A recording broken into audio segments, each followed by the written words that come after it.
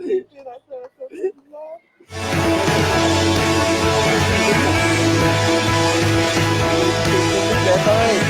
dit, bon, pas au mariage à la vierge.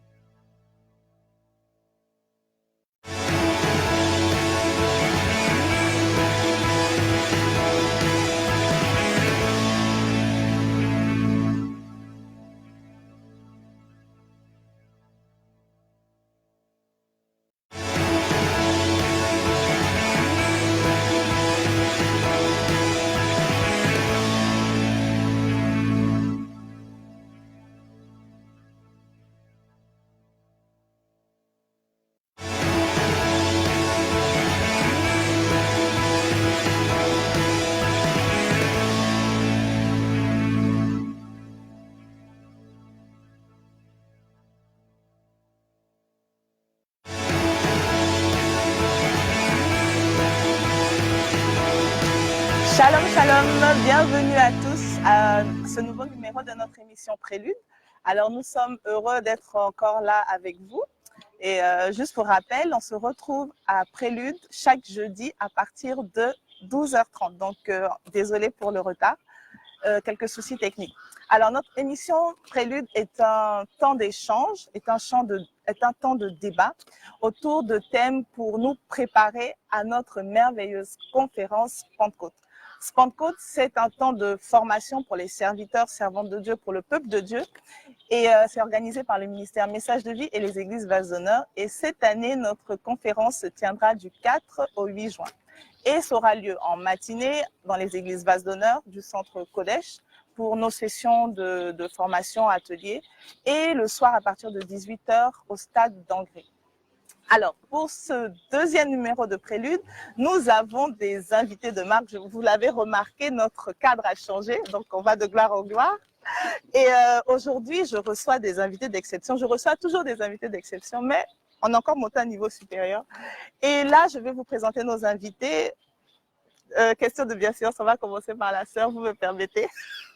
Donc, nous avons la sœur Amandine Tietti de l'église Vase d'Honneur Assemblée à Bobo et aussi missionnaire ministère Message de Vie. Nous avons à côté d'Amandine le pasteur Dit Stéphane, pasteur résident des églises Vase d'Honneur Port-Bouët, Centre Doxa. À ma gauche, j'ai le pasteur Philippe Kouassi de Boaké.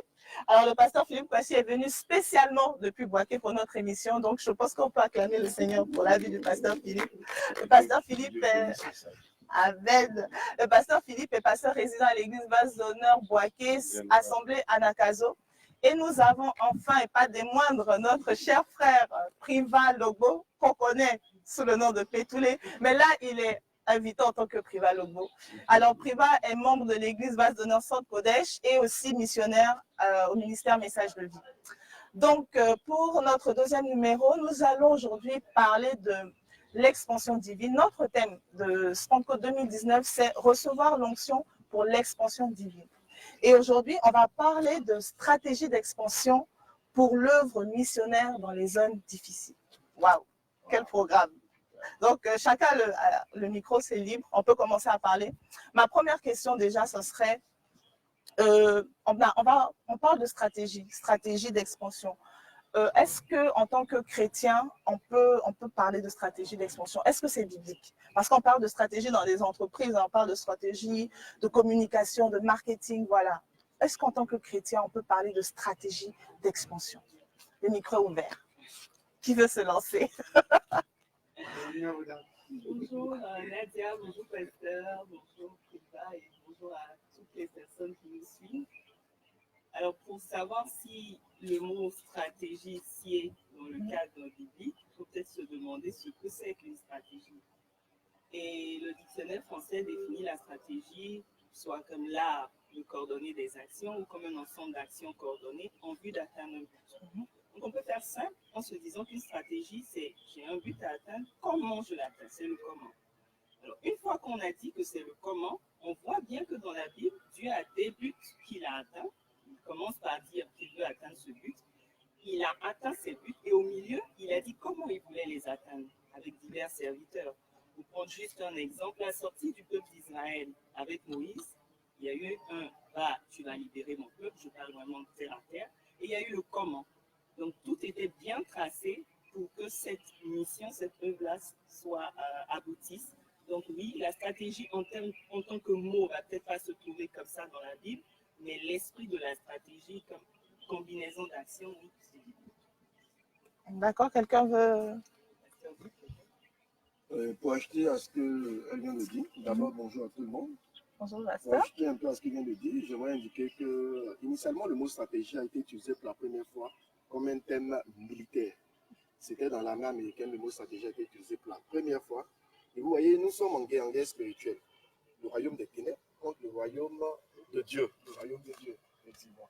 Alors, pour cette guerre-là, celui qui gagne la guerre, c'est celui qui sait mieux la planifier. Donc, en parlant de planification, on parle ici de stratégie. Vous voyez, le Seigneur, même lorsqu'il a dit à ses disciples d'aller de faire de toutes les nations des disciples, il a indiqué que nous allons recevoir le Saint-Esprit, mais d'abord, on devait rester à Jérusalem. Donc, pour dire, en termes de stratégie, il y a un point de départ. Ensuite, nous voyons l'évolution et enfin, il y a le point final, l'aboutissement. Donc, je pense que la stratégie, c'est effectivement pour l'évangélisation. Apparemment, Voilà. tout le monde est d'accord. Oui, mais avec un peu de réserve. Ah. Voilà, parce qu'en fait, je pense que la problématique ici, c'est peut-être de ne pas être scotché à la stratégie. Voilà, parce qu'il y a celui qui nous donne d'avoir cette stratégie-là, c'est le Saint-Esprit, c'est Dieu lui-même. Voilà, je me rappelle que Paul, dans sa dynamique d'évangélisation des païens, voilà, des peuples qui n'étaient pas juifs, avait une stratégie d'évolution. Voilà, il allait de lieu en lieu, les choses étaient certainement programmées selon un calendrier qu'initialement peut-être le Seigneur lui avait donné. Mais je me souviens qu'un jour, il avait résolu d'aller évangéliser dans un certain lieu, mais le Saint-Esprit l'en a empêché à 2 reprises. Et plus tard, par un songe, il va se rendre compte que Dieu le voulait plutôt à Macédoine. Voilà, c'est quoi? C'est le cri du Macédonien. Et dans un songe, il se rappelle qu'un Macédonien est en train de crier et demande de l'aide. Il va conclure que là, le Saint-Esprit avait besoin de lui plutôt dans cette zone-là, au lieu dans les différentes nations qu'il avait résolues initialement. Voilà, donc, stratégie, je suis d'accord avec, parce qu'il s'agit de conquête, il s'agit de guerre, stratégie, parce qu'il s'agit aussi de planification, d'atteindre un objectif, mais il faut rester scotché à celui qui donne les stratégies, qui est le Saint-Esprit. Voilà, en fait, je pense que quand vous parlez aussi de rester scotché, c'est pour ne pas être figé ou collé à notre planification, à notre organisation, parce qu'on peut se dire que non, on a des projets, peut-être même que Dieu nous a dit, vous devez faire ça, et vous devez le faire comme ça. Et sur cette base, on a établi une stratégie, est-ce qu'on ne bouge plus? Parce que Dieu a dit qu'on devait faire ça, on devait faire comme ça. Alors que si, comme vous dites, on est ouvert et on est collé au Saint-Esprit, même dans la voie qu'il a dit, ça peut bouger d'un moment à l'autre. Je veux dire, donc, est-ce que la stratégie reste cette planification ferme, fermée? Comment est-ce qu'on peut l'expliquer? Parce que, est-ce qu'il y a la place encore pour le Saint-Esprit? Est-ce que le Saint-Esprit j'ai même encore un exemple. Hein, je me rappelle que Dieu, pour pouvoir donner à son peuple, le peuple d'Israël, en prenant l'exemple tout à l'heure de Moïse qui avait libéré le peuple, dans sa stratégie de prendre Jéricho, avait envoyé ses émissaires en espionnage. Voilà, donc envoyer des personnes pour aller espionner, ça parle de stratégie. Voilà. Mais on se rend compte que dans la pratique, la façon dont Dieu a pu conquérir le territoire pour lequel il envoyait des gens en espionnage, ça n'a pratiquement rien à voir avec la façon. Voilà, donc vraiment, il faut des stratégies pour l'expansion, mais il faut laisser le Seigneur faire son expansion. Voilà, c'est ce que je peux dire. À ce niveau, je voudrais dire également que lorsqu'on parle de stratégie, effectivement, nous les hommes, nous faisons notre plan d'action. Et c'est le Saint-Esprit qui est l'instigateur de toutes choses. Et même là, lorsque le Saint-Esprit nous donne un mot d'ordre, le Saint-Esprit le fait toujours selon une stratégie. Le Saint-Esprit a toujours une planification. Alors, la stratégie ne peut pas être mise de côté. Elle existe bel et bien, mais il faut faire la différence entre la stratégie selon Dieu et la stratégie également des hommes. D'emblée, les hommes font leur stratégie, mais également lorsque Dieu donne le go, lui également, il a sa stratégie. Et la stratégie de Dieu peut coller avec la stratégie des hommes comme ne pas. Mais il ne faut pas être focalisé sur la stratégie des hommes, savoir que nous faisons notre part, mais c'est le Saint-Esprit qui a le dernier mot. Alors quand le Saint-Esprit donne son mot d'ordre, c'est lui que nous suivons. Mais en même temps, moi j'ai envie de dire aussi, s'il s'agit d'être totalement dépendant du Saint-Esprit, je pense que c'est un peu ça la problématique, la question que tu veux poser. Bon, vaut mieux ne pas faire de planification et puis laisser le Saint-Esprit. Tu te lèves le matin, tu te retrouves quelque part, le lendemain, tu te retrouves dans un autre lieu. On dit, bon, le Saint-Esprit fait son œuvre. Pourquoi ne pas fonctionner comme ça? Bon, là, maintenant, c'est vous qui avez pris vous posez la question, pasteur. Un exemple pratique. Nous avons été envoyés sur des champs missionnaires à Bobo Charisma par le père de la maison, le pasteur Joël Anego. Et avec mon chef de mission, Alain Taureau, nous sommes à Jacques. Nous savons que aller en mission de cette façon s'inscrit dans un plan général d'expansion au sein des églises basses d'honneur. Et nous avons vu nos devanciers arriver dans des villes et faire d'une certaine façon parce que c'est ce qu'on a appris à la maison. Il va se trouver qu'à Jacquesville, on a voulu faire comme ça. Arriver, évangéliser, trouver un lieu, inviter et ensuite commencer le programme. Mais nous nous sommes très vite rendus compte que s'il s'agissait de leur parler chez eux à la maison, il n'y avait pas de problème. Mais ils ne se déplaçaient pas pour venir au programme, au lieu qu'on leur indiquait. Donc, en priant, nous nous sommes rendus compte que ce n'était pas la bonne stratégie.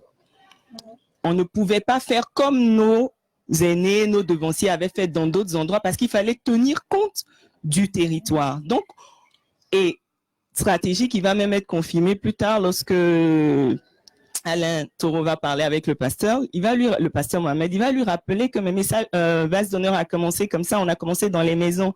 Donc, ne vous sentez pas en train d'enfreindre au programme initial si vous devez pour l'instant rester à exhorter les personnes que Dieu vous donne dans les maisons. Donc, quand on demande est-ce qu'il faut rester figé sur la stratégie, c'est le même Saint-Esprit qui a donné la stratégie à toute la maison Vase d'honneur.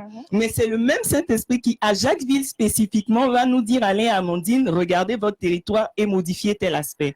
Donc oui, pour rester scotché à la stratégie de base, tout en restant à l'écoute du Seigneur pour que là où il estime qu'il faut bouger, il faut bouger. Mais si vous permettez, j'aimerais dire que ça ouvre une porte au débat délicat de marcher par l'esprit.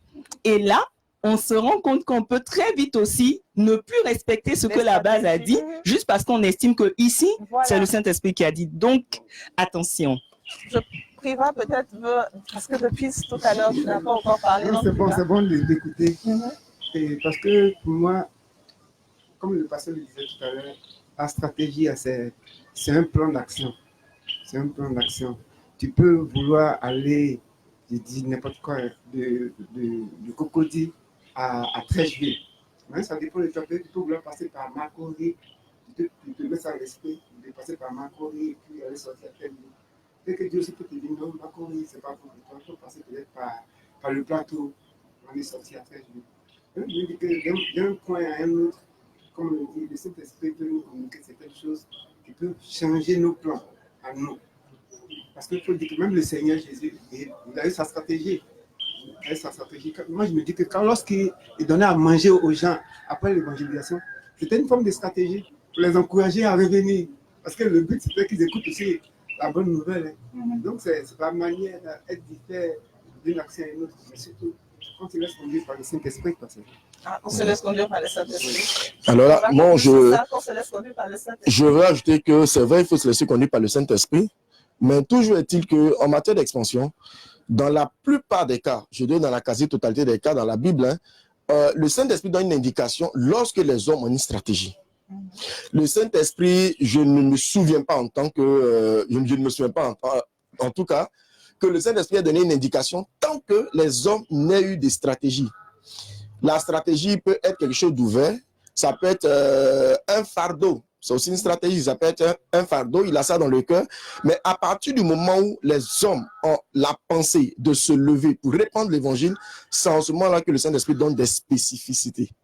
Il est dit, par exemple, allez dans tel endroit, allez ici, n'allez pas dans tel endroit. Mais au départ, en prélude, les hommes ont eu le désir de se lever. Donc, la stratégie que le Saint-Esprit vient apporter, elle vient par moment pour compléter ce que les hommes ont eu comme stratégie ou bien pour mieux nous orienter pour que nous puissions avoir plus de résultats dans ce que nous voulons faire. Mais Bishop, ce que tu dis, c'est un peu, voilà, c'est un peu délicat, hein? Parce qu'on dit que c'est le Seigneur qui crée le vouloir et le faire. Voilà. Donc, est-ce qu'un homme, en tant que tel, peut avoir même une stratégie même qui plaît à Dieu au point même qu'il l'accompagne ou bien qu'il lui donne des instructions? La plupart du temps, on est d'accord que l'homme qui n'a pas Jésus, qui n'a pas le Saint-Esprit en lui, de façon générale, la plupart de ses décisions sont centrées sur lui. Voilà, ce n'est pas en général les intérêts de Dieu qu'il met en avant.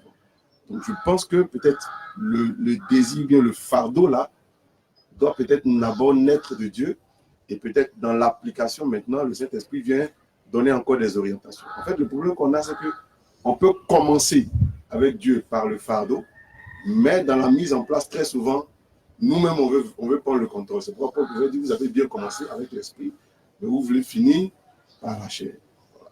Donc, moi, je pense qu'effectivement, il faut laisser Dieu faire. Il faut laisser Dieu nous communiquer son fardeau. Et il faut lui laisser ce même Dieu-là aussi dans la mise en place de la réalisation de la vision d'expansion divine. Parce que n'oubliez pas que l'expansion prend en compte tous les aspects de nos vies. En fait, l'esprit de Dieu même, c'est un esprit d'expansion. Dieu veut que notre mariage évolue. Dieu veut que nos enfants croissent dans sa volonté. Dieu veut que notre travail connaisse une expansion. Dieu veut que tout ce qui nous concerne, notre activité, tout ça doit connaître une expansion. Ça se voit à travers même la nature qu'il a créée. Il met dans la graine la capacité de se reproduire elle-même. C'est-à-dire Dieu n'a pas laissé la graine comme ça. Donc, dans la semence, il a la capacité de se reproduire. Donc, tout ce que Dieu a créé, il a créé dans un esprit d'expansion. L'expansion, ça parle d'accroissement, ça parle de multiplication, ça parle de développement. Voilà. Donc Dieu, pour moi, doit être à la base et dans l'accomplissement. Voilà. Ok. Donc, Mais ça Effectivement. n'empêche pas la stratégie. Ça n'empêche pas la stratégie Voilà, parce que effectivement. dans la plupart des cas, ce que nous constatons, c'est que les hommes ne se lèvent pas, parce qu'ils attendent que le Saint-Esprit leur communique. Alors que le Saint-Esprit communique de diverses manières. C'est pourquoi je disais tantôt que le Seigneur attend que les hommes se lèvent et Dieu se sert toujours aussi de nos erreurs. Dieu nous connaissant imparfaits, nous allons toujours à tâtonnement. Et justement, le Seigneur se sert de cela, il nous réoriente. C'est comme un GPS, lorsque tu perds ton orientation, il recalcule pour toi la destination. Donc, lorsque nous nous levons, par moment, ça peut être par la chair, mais le Seigneur se sert toujours de cela parce qu'il y a un but à atteindre. Et ce but-là, lorsque nous nous levons, qui est notre stratégie personnelle, le Seigneur vient par l'intermédiaire du Saint-Esprit nous réorienter pour que nous puissions atteindre le but escompté. C'est pourquoi je dis que la stratégie du Saint-Esprit vient lorsque nous-mêmes, nous avons une stratégie personnelle. Sinon, pour celui qui n'a pas de stratégie, pour celui qui ne se lève pas, ce serait vraiment très rare que le Seigneur l'utilise pour accomplir une œuvre d'expansion. En fait, je suis d'accord. Je suis d'accord avec ce que tu veux dire. Mais en fait, ce que je suis en train de dire, c'est que ce que tu appelles se lever soi-même là, moi j'appelle ça, c'est le Saint-Esprit qui te fait lever d'une certaine façon. Voilà, en fait, c'est ce que je veux dire. Oui. Je suis tout à fait d'accord avec le pasteur Philippe pour dire que le point de départ devrait être inspiré. Mais ça m'emmène à dire que dans la vie de tous les jours, les deux écoles qu'ils ont, on la rencontre entre chrétiens. Il y a des chrétiens qui sont fonceurs. Quel que soit ce pourquoi ou ce qu'ils ont à faire, ils vont y aller en se disant exactement comme le pasteur le dit, si je suis en train de me tromper, Dieu va m'arrêter. Non, je ne pense pas que c'est ce que le pasteur a dit. Mais si, il a dit Dieu peut se servir même de nos erreurs. Il peut se servir de nos erreurs, mais ça ne veut pas dire qu'on doit foncer. Mais c'est quoi la stratégie personnelle alors? La stratégie personnelle, si je le comprends bien, pasteur, c'est comme un soupir que tu as initial. Tu as un désir, tu as un fardeau. D'accord, mais tu te lèves sur la base de ça seulement, alors que nous, on dit, même si tu as ce désir-là, est-ce que la direction de ce désir, on va dire, conviction peut-être un peu, mais est-ce que tu as un minimum de certitude que c'est la voie vers laquelle Dieu t'envoie? Peut-être c'est ça, en fait. Peut-être que je vais mieux préciser. Vous voyez, il y a un mot d'ordre scripturaire qui est là. Allez, faites de toutes les nations des disciples. Je pense que ce dont le pasteur Philippe entend de parler, le Saint-Esprit qui est au départ, qui nous impulse ce mouvement-là, c'est la parole qu'il a donnée. Il dit, allez, c'est suffisant pour nous pour établir une stratégie. Selon moi. À partir du moment où le Seigneur nous dit, allons, c'est suffisant. Donc, sur la base de aller, nous planifions. Et dans cette planification personnelle que nous faisons, il peut y avoir des manquements, nous pouvons faire des erreurs. Mais toujours est-il que nous partons sur la base de aller, l'ordre qu'il a donné. Et par la suite, le Saint-Esprit vient nous réorienter, nous corriger si nous sortons du canevas qu'il avait préétabli. Voilà. Une question pour le pasteur. On est à Message de Vie, on a un programme, on en a plusieurs, mais prenons le cas du programme 931. Si je vais dans sa logique, allez, faites de toute la Côte d'Ivoire des disciples. Ma question c'est, comment pense-t-il que les villes sont choisies? Est-ce que c'est pasteur Mohamed qui met la carte de la Côte d'Ivoire et qui dit, bon, cette fois, on va au nord, pour la vague 10, on va au sud, ou bien il prie? Et puis il sent. Non, bon. Ok, c'est un exemple. D'accord. Question de dire comment il pense, si on va dans sa logique, que le choix des villes est fait. Il y a un aller, il faut partir dans toute la Côte d'Ivoire. Mais pourquoi Bassam avant, par exemple, Korogo ou Bassam avant, on va donner Zuenoula? Pourquoi, selon lui? C'est une excellente question. Le pasteur Mohamed, lorsqu'il obéit au sens de aller, il se met à prier. C'est une stratégie. La prière est une stratégie. Donc, en priant, il met en place sa stratégie et le Saint-Esprit, pour répondre à la stratégie qu'il a mis en place, il lui dit, va dans telle zone, va dans telle ville, ne va pas ici, je préfère ici. Donc, je pense qu'on est d'accord. On est d'accord, mais je comprends un peu ce que le pasteur a dit. En fait, le pasteur est en train d'amener les uns et les autres à ne pas rester dans une attitude de dire, bon, je vais rester. Voilà, il faut que le Saint-Esprit se révèle à moi par une vision ou bien de façon particulière et tout ça. Il est en train d'expliquer qu'en fait, en tant qu'enfant de Dieu, souvent les soupirs qu'on a ou bien les désirs qu'on a sont le plus souvent inspirés par Dieu. Et déjà, on doit commencer à lancer les pas depuis ça, et puis le reste va se manifester. Tout à fait. Voilà. Effectivement. C'est ce qui veut ressortir. Peut-être qui est assis, Voilà. qui est couché, qui ne fait rien, Voilà. et lui dire, bon, je vais te donner une stratégie, va peut-être aller vers la personne qui a déjà un fardeau, qui coule, qui veut faire quelque chose. Effectivement, effectivement. Vous voyez, la Bible nous dit comme ça dans le livre de Romains que Dieu est perspective par tous les éléments de la nature. Je paraphrase. Et vous voyez, la stratégie peut naître à partir du moment où quelque chose nous interpelle. Nous regardons la télévision, nous voyons une scène, nous sommes choqués, ça nous interpelle. Et là, c'est le mouvement qui impulse en nous la stratégie. Et le désir qui naît en nous, c'est déjà pour nous une stratégie. Et le Seigneur, par la suite, il nous donne des orientations. Et si je me permets, c'est comme ça aussi que le pasteur a eu le fardeau pour la Centrafrique. C'est Pour la Centrafrique, pour la Haïti. scène de cet enfant qui avait perdu son père et sa mère et qui était désespéré, qui dit qu'est-ce que je vais faire?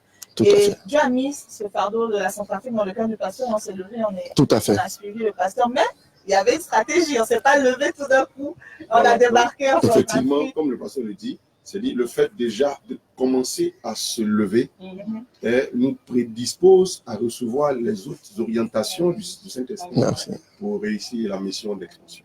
Donc, un peu pour répondre à notre question, la stratégie est biblique, Elle est conduite par le Saint-Esprit, mais impulsée très. aussi par un désir de vouloir faire quelque chose. Très biblique.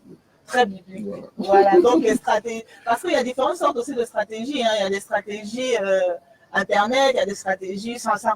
On peut repartir un peu sur notre débat de la semaine dernière sur les types de méthodes. Parce qu'il y a beaucoup de stratégies. Donc, est-ce que aussi toutes les stratégies se valent? Oui, je dirais il y a beaucoup d'instruments, de moyens que le Seigneur nous donne pour pouvoir mettre en place une stratégie et réaliser une vision d'expansion. Effectivement, il y en a beaucoup. Aujourd'hui, avec l'intelligence ou bien la sagesse que le Seigneur a donnée à l'homme, il y a vraiment plein de méthodes, il y a plein de choses. Quand on regarde aujourd'hui comment les choses sont en train d'avancer à vase d'honneur, comment les églises sont en train de s'ouvrir, les cellules sont en train de s'ouvrir partout, voilà, on se rend compte que l'Internet, par exemple, a été un moyen, un instrument assez important pour nous donner d'avancer dans cette dynamique d'expansion. Effectivement. Donc, on peut utiliser une stratégie marketing et la mettre au bénéfice, au service de Dieu. Pour moi, la stratégie, c'est une plateforme. Et il n'y a pas de stratégie stéréotypée. Quand vous regardez, par exemple, Jésus, devant Pierre, il dit « jette le filet ». Il utilise cette stratégie pour gagner Pierre. Devant Matthieu, il dit « suis-moi ». C'est une stratégie. Donc, en fonction de ton interlocuteur, également en fonction de la zone géographique, je pense qu'il y a une stratégie qui doit être adaptée. Quand vous regardez, par exemple, dans Actes des Apôtres, Actes chapitre 17, nous voyons Paul qui utilise l'aéropage comme une plateforme pour exposer ce qu'il sait du Seigneur. C'est une stratégie. Donc, la stratégie doit être, je dirais, circonstancielle, contextuelle. Voilà. Il n'y a pas de stratégie stéréotypée. Là où tu te trouves, tu peux employer la stratégie. Les hommes avaient faim, Jésus vient, il multiplie le pain et il se met à les enseigner. C'est une stratégie. Je nourris le peuple, la foule vient et je parle. Par moment, il monte sur la montagne, il a une plus grande audience, il peut parler à son public. Donc, il n'y a pas de stratégie stéréotypée. Tant que nous pouvons avoir une audience, pour moi, c'est la stratégie qui est la mieux adaptée, en tout cas, pour pouvoir faire entendre le message de l'Évangile. Bon, peut-être pas. Je vais rebondir sur ce que le pasteur vient de dire. Parce que souvent, quand tu es avec tes responsables, quand on veut faire les choses, souvent, quand on a le regard de la chair, on n'arrive pas à comprendre souvent certaines choses qui viennent de Dieu. Je me souviens une fois que certaines personnes devaient aller dans l'Ouest, en évangélisation, et pendant qu'ils parlaient, c'était des plein air. Donc, ils appelaient les gens à venir écouter, à venir voir un film. Apparemment, personne ne s'intéressait. Et puis, il y a quelqu'un qui a eu un clic comme ça, qui a dit, bon, ici, c'est une zone où ils aiment une personne. Donc, on fait un chant. Je ne sais pas s'il peut chanter ce chant, il commence à chanter. On ne sait pas, ça dépend. Il commence à chanter. Bravo, aïe, bravo, aïe. La foule s'est approchée. Et puis quand ils étaient là, un coup, bizarrement, comme Jésus qui s'est éclipsé pendant que la foule cherchait à le tuer, ils ont changé le sujet. Paf, ils ont commencé à parler, donner l'évangile. Ouais. Certains sont allés au nord, ils ont fait la même chose. Les gens ne voulaient pas faire, surtout là-bas, que c'est une zone. Oui, c'est une zone. Là-bas, c'est la même chose. Là-bas, ils arrivent et puis ils commencent à dire, ah, donc ils sont ici. Ah, mais il Les gens commencent à venir. Finalement, ils ont glissé et puis nous faisons envoyer l'évangile. Donc la stratégie, souvent, c'est le Saint-Esprit qui peut nous la communiquer même. Il regarde la chair, on va dire non, ils sont dans le monde. C'est une église qui aime le monde, mais quelque part, on sait ce qu'on recherche. D'accord. On n'attire pas les mouches avec du vinaigre. D'accord. Ok, ben justement, je rebondis sur les exemples que Priva donne et sur ce qu'on disait la question précédente. Et par rapport à la question de Nadia, c'est est-ce que toutes les stratégies peuvent être mises en œuvre pour l'expansion divine? Bon, là, cette stratégie-là, elle a peut-être porté du fruit. La question, c'est de savoir, était-elle inspirée? Apparemment, oui. Est-ce qu'un chrétien peut se lever et reproduire la même chose n'importe où il va?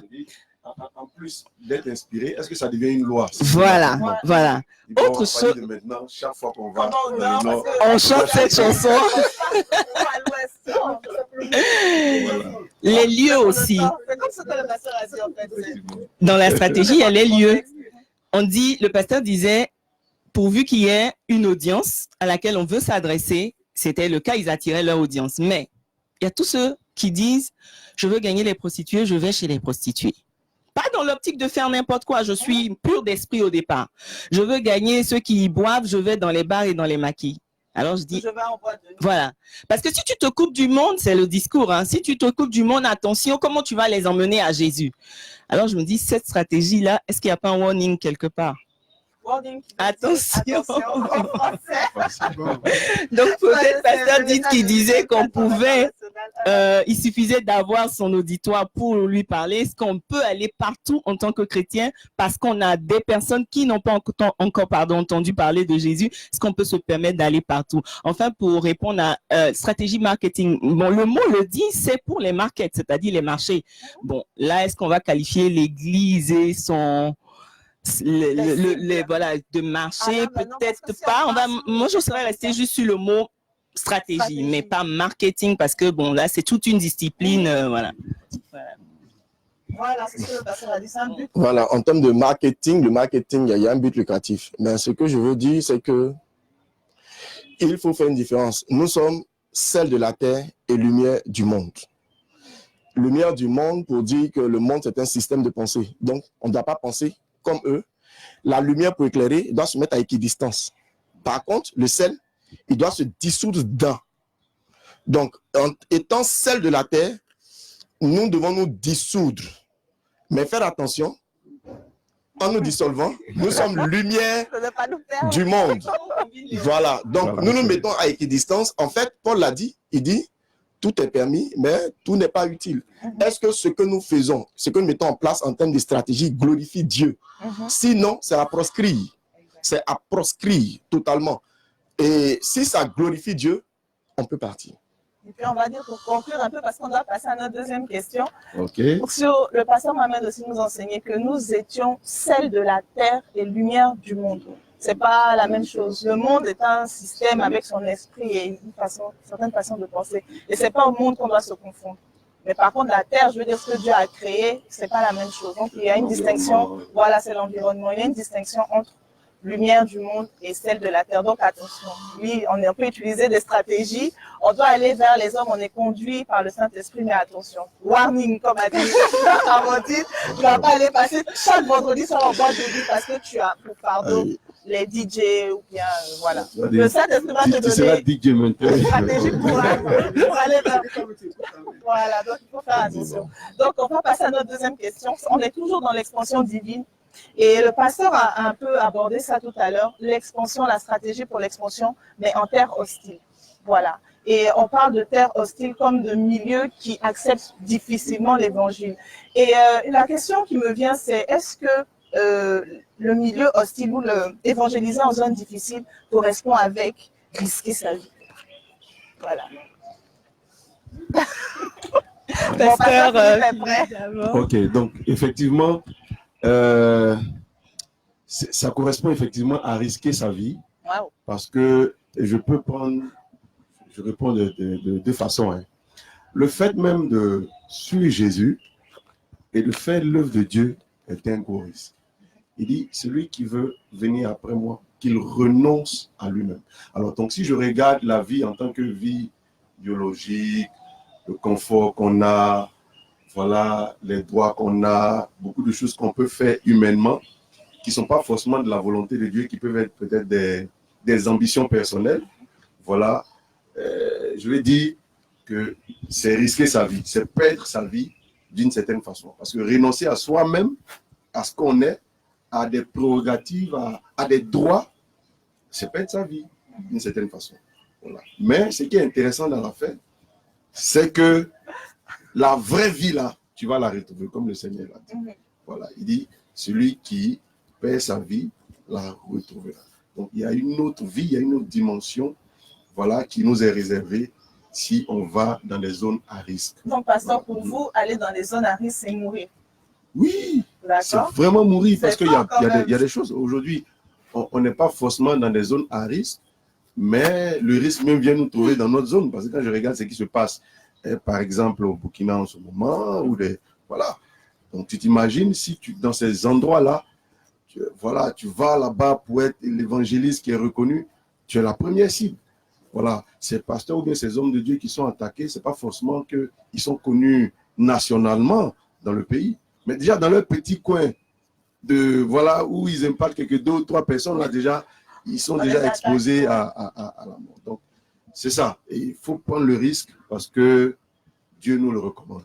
Et c'est justement parce que des gens ont pris ces risques-là, voilà, dans ces zones difficiles-là que nous nous retrouvons là. Quand on regarde la vie de tous les disciples de Jésus qui ont vraiment risqué leur vie, c'est pour ça que nous sommes là aujourd'hui. Alors, est-ce que tout le monde est Oui, à cette vision? oui, parce que le mot le dit hostile. Hostilité, il y aura contradiction, il y aura opposition. Après, la nature de l'hostilité, la gravité de l'hostilité, tout se joue là. Est-ce qu'on a toujours un risque certain de mourir? Peut-être pas tout le temps, mais il y a risque quand même. On peut prendre plusieurs exemples. Ces risques peuvent être d'ordre physique ou d'ordre spirituel. On prend les 2 programmes, tu en évoquais un tout à l'heure, Nadia, in Centrafrique. In Centrafrique, il y avait la guerre dans ce pays. Donc, physiquement, déjà, c'était risquer la vie physique de tous les missionnaires que d'y aller. Mais l'intérêt de l'évangile du nom de Jésus a primé. In Haïti, un pays en paix, mais avec d'autres formes d'hostilité. Hostilité spirituelle avec une autre religion, le vaudou, et hostilité de la nature. Ce que tu vois en Haïti, c'est à tout moment qu'on parle de cyclone, de ci, de ça. On a juste envie de te dire qu'est-ce que tu es allé chercher là-bas. Mais je suis allée répandre le nom de Jésus. Et encore pour revenir à nous, notre exemple, quand on a dit qu'on partait à Jacquesville, même des natifs de la région nous ont dit beaucoup de courage. Oui, beaucoup de courage. C'est-à-dire qu'ils sont originaires chrétiens, mais ils savent que, voilà. Donc, est-ce qu'on va pour autant retourner à notre père lui dire, bon, écoute, on a entendu les témoignages autour. Il paraît que non, on va y aller en comptant sur la grâce de Dieu. Donc, dès qu'on parle de terrain hostile, il faut s'attendre à un risque. Maintenant, après, quel degré de risque, ça dépend de chaque territoire sur lequel on... D'accord, c'est vrai. Vraiment, je voulais dire ici que déjà même le risque, Jésus nous a donné l'exemple. Il nous a donné l'exemple. Lui-même qui est venu pour annoncer la bonne nouvelle. Il est venu, il a fait au risque de sa vie. Il a risqué Voilà. Donc, il a donné sa vie pour après avoir la vie, la vraie vie. Donc, suivre Jésus même déjà, c'est un risque. Souvent, il peut t'arriver quelque part, tu peux avoir le Saint-Esprit pour te dire, non, le dernier délit que tu as à la maison, sacrifie-la pour la suivi de telle femme, pendant que toi-même, tes propres enfants n'ont rien à manger encore. Mais je me dis que quand tu te lances dans une aventure avec Dieu, je peux dire quelque part, tu n'es pas insensé. C'est quand il n'y a pas Dieu dedans, c'est un risque, c'est être insensé. Mais quand c'est Dieu qui te conduit dedans, le risque, vraiment, si risque il y a, il en vaut la peine d'être risqué. devient glorieux. Alors là, moi, je voudrais dire par contre que c'est vrai, être chrétien, c'est un risque, évangéliser, c'est un risque. Mais toujours est-il que là où le Seigneur ne t'a pas envoyé, il ne t'accompagnera pas. Alors, c'est vrai de prendre des risques, mais il faut être sûr que le Seigneur nous envoie. Voilà, justement, j'avais l'exemple. J'avais l'exemple parce qu'on a entendu parler, excusez-moi, pasteur, il y a un jeune Américain qui est mort comme ça. Je ne sais pas, je ne peux pas dire est-ce que Dieu l'a envoyé ou Dieu ne l'a pas envoyé, mais il est parti sur une île en Inde où la loi disait qu'il était interdit pour une personne extérieure de mettre pied sur cette île. Et dès qu'il a mis le pied sur la plage, il a reçu des flèches, il s'est fait tuer. Parce que c'est un peuple qui vit, on va dire, un peu à l'état primaire, il n'accepte pas d'étrangers. Donc, peut-être qu'il y avait une manière d'arriver là-bas, voir des personnes. Mais lui, il a dit non, il faut qu'ils entendent parler de Jésus. Et il est arrivé, il s'est fait tuer. Je donne un exemple précis. Vous voyez, tout à l'heure, il y a Amandine qui a mentionné le fait que lorsque nous voulons faire un programme de 131, le pasteur Mohamed se met à prier. Je pense que dans la stratégie que nous déployons pour aller sur le terrain, la prière est essentielle. C'est en ce moment-là que le Saint-Esprit nous convainc de partir ou de ne pas y aller. Par exemple, nous voulons aller dans une zone hostile. Comme exemple, je vais aller évangéliser en Iran. J'obéis à la parole du Seigneur qui me dit, allez. Mais avant toute chose, je prie. Parce que je peux être équipé pour la bataille, mais la victoire appartient à l'Éternel. C'est Dieu qui combat pour moi. Et donc, dans ma stratégie, lorsque je me mets à prier, Dieu peut me dire, c'est une bonne chose, mon fils, mais ce n'est pas le moment. Si je veux que je meure, je suis mort. J'irai au ciel. Mais ma vie ne serait pas cette graine-là qui a été plantée pour produire le fruit escompté. Par moment, Dieu peut te dire, vas-y. Et puis, effectivement, tu meurs. Mais ta mort est une semence qui va produire beaucoup plus. Regardons, par exemple, le cas d'Étienne.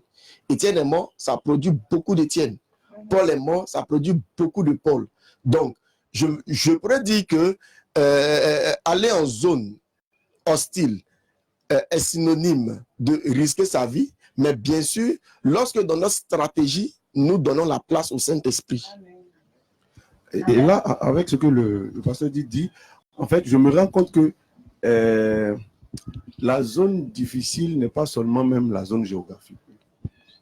Parce qu'une zone géographique peut être difficile parce qu'elle n'est pas, elle est peut-être d'un autre bord en majorité, mais elle peut devenir facile si le Seigneur nous a effectivement envoyés dans cette zone-là et que nous avons des directives du Seigneur. Parce que je sais qu'il y a des gens qui vont dans des zones, par exemple, dites difficiles géographiquement, ou bien, quand on regarde le contexte religieux, là-bas, c'est difficile parce que les gens sont hostiles à l'évangile. Mais pour eux, il y a comme une grâce qui les accompagne particulièrement. Ce que les autres souffrent, eux, ils ne souffrent pas. Voilà, donc la zone difficile n'est pas forcément géographique, mais ça peut être le fait que, effectivement, le Saint-Esprit ne t'y a pas envoyé et que tu es allé par prétention, comme l'exemple que tu viens de donner, ce monsieur qui est allé sur une île, on dit de ne pas partir. Parce que Dieu veut que ces personnes-là soient gagnées. Mais est-ce que lui n'est pas allé par prétention, ou bien il n'est pas allé avant le temps, ou bien il n'est pas allé sans stratégie? Voilà. Donc là, du coup... On a entendu parler de lui, là, parce qu'on ne savait pas. C'est quelque part en Inde là-bas. Maintenant, peut-être qu'on va commencer à prier. Bon, je me dis peut-être que ça va aussi, c'était... On ne sait pas, en fait. Mais Donc, voilà. vraiment... On ne sait pas. Ok. Bon, à ce niveau, je pense que ça relève encore d'une problématique. Notre capacité à entendre la voix du Seigneur, elle est très, très importante dans le déploiement de la stratégie. Tout se fait parce que le Seigneur nous a dit, vas-y. Jésus n'est pas venu lorsqu'il voulait venir. Dieu lui a donné le go, il est venu à un moment précis. Les prophètes de l'Ancien Testament l'ont annoncé depuis longtemps, mais il n'est pas venu au temps de l'Ancien Testament. Pas de sa propre initiative, il a attendu le moment exact. Lorsqu'il est venu, il a accompli sa mission. L'onction de Dieu a été avec lui. De façon générale, moi, je pourrais dire que dans le fond, il n'y a pas de zone difficile. Ça n'existe pas. Les barrières ont été brisées par le Seigneur. À partir du moment où il nous a dit, allez et faites de toutes les nations. Toutes les nations, ça veut dire qu'il n'y a pas de zone difficile. La problématique, c'est que, est-ce que j'ai entendu la voix de Dieu pour aller dans cette zone à ce moment bien précis? Ça fera que l'onction de Dieu m'accompagnera. Et si l'onction de Dieu m'accompagne, j'aurai les résultats escomptés. Il y aura l'expansion. Non, moi je ne suis pas trop. Moi, je ne suis pas trop d'accord avec le pasteur. Quand il dit qu'il n'y a pas de zone. Oui, quand il dit qu'il n'y a pas de zone, quand il dit qu'il n'y a pas de zone difficile. Non, moi, je ne suis pas trop d'accord avec ça. Moi, je me dis qu'il y a des zones difficiles, mais il n'y a pas de zone impossible. Exactement. Voilà, il y a des zones difficiles. Imagine quelqu'un qui va. On m'a donné l'histoire de quelqu'un qui allait évangéliser au Brésil, comment il devait passer par une forêt. Et pour atteindre le peuple, là où il partait, il fallait passer par une forêt qui est vraiment parsemée, je dirais comme ça, de lions. Donc, il tombe sur le lion face à face. le lion, et puis il se met à prier, Seigneur, je sais que c'est toi qui m'as envoyé, parce que ce lion est le sentiment d'un chrétien. Donc quand il ouvre les yeux, après C'est une prière. quand il ouvre les yeux, il voit son tour. Non, c'est là que j'ai compris que souvent Dieu nous donne des dons, souvent on n'utilise pas parce qu'on n'en a pas besoin. Il voit le lion qui est à genoux aussi, et le lion qui se met à prier, Seigneur, merci de t'être souvenu de moi. Par ta grâce, aujourd'hui, ça fait une semaine que je n'ai pas mangé. Tu m'as donné à manger. Bénis ce repas. Bénis ce Amen. repas. Et il a mangé. Non, sérieusement. Puisque c'est Dieu qui l'a envoyé, Dieu lui a donné la capacité de pouvoir courir plus vite que le lion. C'est comme le lion s'est arrêté, puis il a regardé, il a dit, ouais, un homme qui court comme ça, de ma vie, je n'en ai jamais vu. Et il a regardé. C'est une histoire. Non, sérieusement. Alors, qu'est-ce que tu veux Je peux dire que On est revenu en petit. je peux dire que quand c'est Dieu qui t'a envoyé, c'est vrai, c'est difficile, mais Dieu te donne les moyens Effectivement. d'en sortir, quoi. Victorieux. Voilà, parce qu'on Donc, peut Nada, pas dire aussi. je pense qu'il faut, il y a l'occasion de rectifier ce que j'ai dit. Autant pour moi, il n'y a pas de zone impossible, imprenable. Une zone, lorsque le Seigneur t'envoie, elle n'est pas forcément facile, elle est difficile. Et le Seigneur choisit justement les personnes qualifiées pour être dans un endroit parce que ce n'est pas facile, c'est difficile. Mais il n'y a pas de zone imprenable. Autant pour Voilà, moi. parce que effectivement, on connaît, il y a beaucoup d'endroits où les chrétiens sont persécutés, il y a des personnes qui meurent, on ne peut pas dire que, bon, à la limite, Dieu les a pas envoyés là-bas, c'est pour ça que ça leur arrive. Donc, je pense que ce n'est pas de ça qu'il s'agit. Peut-être Oui. un mot de ça. Je voulais plutôt, juste en quelques minutes, montrer comment l'hostilité peut être utilisée par le Seigneur à dessein. Donc, quand on regarde dans Acte 22, on voit que Agabus prévient Paul qu'à Jérusalem, tu vas être lié. Mais tous les chapitres qui suivent, on se rend compte que le Seigneur lui dit, prends courage. Parce qu'à mesure qu'il est en train de se défendre, en fait, il est en train d'annoncer le nom de Jésus. Donc, de Jérusalem jusqu'à atteindre Rome, pour eux, ils sont juste en train de l'accuser, il doit répondre, l'accuser, il doit répondre. Mais en fait, le Seigneur se sert de cette hostilité-là pour répondre le nom de Jésus. Donc, l'hostilité peut être une stratégie utilisée par le Parce que Seigneur aussi. là, il s'est retrouvé à Rome. Hein. Exactement, Et il a- exactement. Et justement, lié là-bas devant les autorités aussi, il a pu prêcher dans cette mission. Donc, pasteur, un mot de fin peut-être? Oui, ce que je peux dire, c'est que moi, ce que je comprends à la fin de tout ça, c'est la véritable problématique, c'est de trouver l'homme, trouver l'ouvrier. Voilà. Et que ce soit un terrain difficile ou pas. Et d'ailleurs, ça a été le seul sujet de prière que Jésus nous a laissé concernant son œuvre. Il regarde la moisson, il regarde l'expression divine, il regarde les âmes qui sont là, et il dit, la moisson est grande, mais il y a peu d'ouvriers. Voilà. Donc, c'est vraiment ça qu'il faut rechercher. C'est vraiment ce sujet de prière qu'il faut apporter au Seigneur. Et c'est vraiment ces personnes-là que Dieu veut susciter pour que les terrains difficiles deviennent prenables. Amen. Donc, c'est les ouvriers, les personnes qui sont prêtes à se sacrifier, les personnes qui sont prêtes à mourir. Amen. Amen. Que Dieu fasse de moi un ouvrier qui continue de se sacrifier. Amen. Que l'œuvre continue l'expansion au-delà de Boaké, parce qu'il y a plus que Boaké. Voilà, là, on a Boaké, on a commencé Katola, Mbayako, Daokro, donc on est vraiment en prospection aussi dans les autres villes. Comment l'œuvre est en train d'avancer. Voilà, c'est en Côte d'Ivoire, toutes ces villes qui ont été citées. Oui, effectivement. Pour ceux qui nous suivent. Pour ceux qui nous suivent, qui ne sont pas de Côte d'Ivoire. Donc voilà, peut-être, Pasteur Did, vous avez un mot de fin aussi. Effectivement, mon mot de fin va à l'endroit de ce que nous devons répondre à l'appel du Seigneur, qui est d'aller et de faire de toutes les nations des disciples. Et en répondant à ce mot d'ordre-là, avoir personnellement une stratégie, la soumettre au Seigneur. Vraiment la soumettre au Seigneur, et l'état de notre cœur va déterminer la réponse que nous avons. Est-ce que nous allons faire de la figuration, pour faire par prétention? Et si nous avons véritablement un cœur pur, Dieu nous parlera, Dieu nous indiquera. Le Saint-Esprit nous montrera le chemin à suivre, et la stratégie du Saint-Esprit également se déroulera. Et tout terrain hostile deviendra favorable. Et le nom de Dieu sera glorifié. Amen, amen. Voilà des mots merveilleux pour finir cette deuxième émission de Prélude.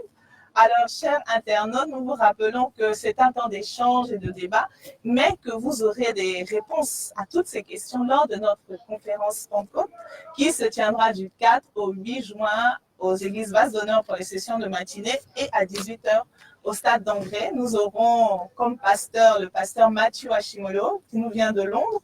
Nous aurons le pasteur Steve Mensah qui nous vient du Ghana, le pasteur Grégory Toussaint de Miami et enfin notre pasteur, le père de la maison, le pasteur hôte, le pasteur Mohamed Sanogo. Donc nous aurons des pères, des personnes pour répondre à toutes ces questions. Ne vous en faites pas, chers internautes. Aussi, si vous avez des questions, peut-être que vous voulez enrichir nos débats à Prélude, n'hésitez pas, envoyez vos questions à Message de Vie. Donc, envoyez-nous vos questions inbox et on en tiendra compte pour la prochaine émission qui, espérons, sera encore plus glorieuse parce qu'on va de gloire en gloire. Amen. Et donc, n'oubliez pas, chers internautes, le Connexion Challenge. Le Connexion Challenge, c'est se mobiliser par commune, par quartier. Allez, mobilisez-vous. Pour le moment, je ne sais pas qui est encore en tête, mais je pense que c'est Cocody avec l'église Mère Kodesh. Donc, réveillez-vous, boitez, réveillez-vous. Oui, le défi sera relevé. Voilà, il faut que le défi soit relevé parce que pour le moment, c'est la maison, c'est la mer. Je ne sais pas si, est-ce qu'on peut dépasser la mer? Boaké va gagner cette fois-ci. Bon, d'accord. Donc, n'hésitez pas, connectez-vous massivement, cliquez sur, on va participer, mais par commune. Et la commune qui aura le plus de membres, en fait, de personnes inscrites, on vous réserve une surprise. On vous réserve une surprise pour Spanco 2019. Voilà, donc c'était notre émission Prélude. Merci beaucoup à chacun d'entre vous. Et on se dit à la semaine prochaine. Dieu nous bénisse.